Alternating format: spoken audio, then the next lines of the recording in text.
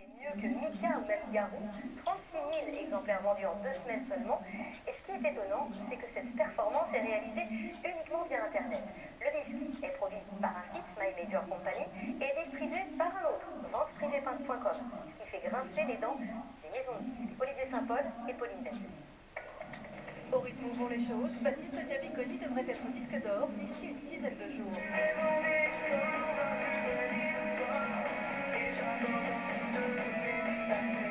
Le mannequin devenu chanteur est numéro 1 des ventes, pourtant il devrait disparaître du top album dès la semaine prochaine. Ainsi en a décidé le SNEP, l'organisme qui établit ce classement.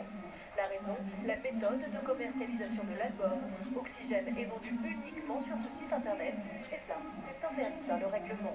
Les produits vendus en exclusivité dans une enseigne sont exclus du top. Le distributeur de l'album dénonce une injustice.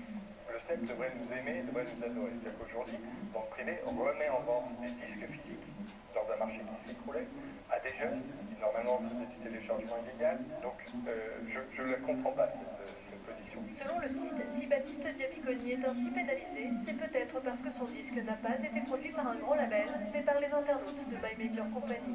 Les artistes réussissant de moins en moins à se faire signer par des maisons de disques essayent de fonctionner par eux-mêmes. Si on écoute certains observateurs de ce métier, ça sous-entend que les majors aujourd'hui sont mortes et que le marché de la musique va se développer sans elles. On ne voit pas forcément d'un bon oeil la réussite de projets sans elles. Il est vrai que les exemples se multiplient. Patricia Cass, Natacha Saint-Pierre, Alain Chamfort ou même l'américain Iggy Pop ont tous décidé de s'affranchir de l'industrie du disque en passant par vente privée. Et demain, c'est Laurie qui sautera le pas. Son nouvel album sera vendu en exclusivité sur le célèbre site de vente en ligne qui, avec cette polémique, s'offre aussi un beau coup de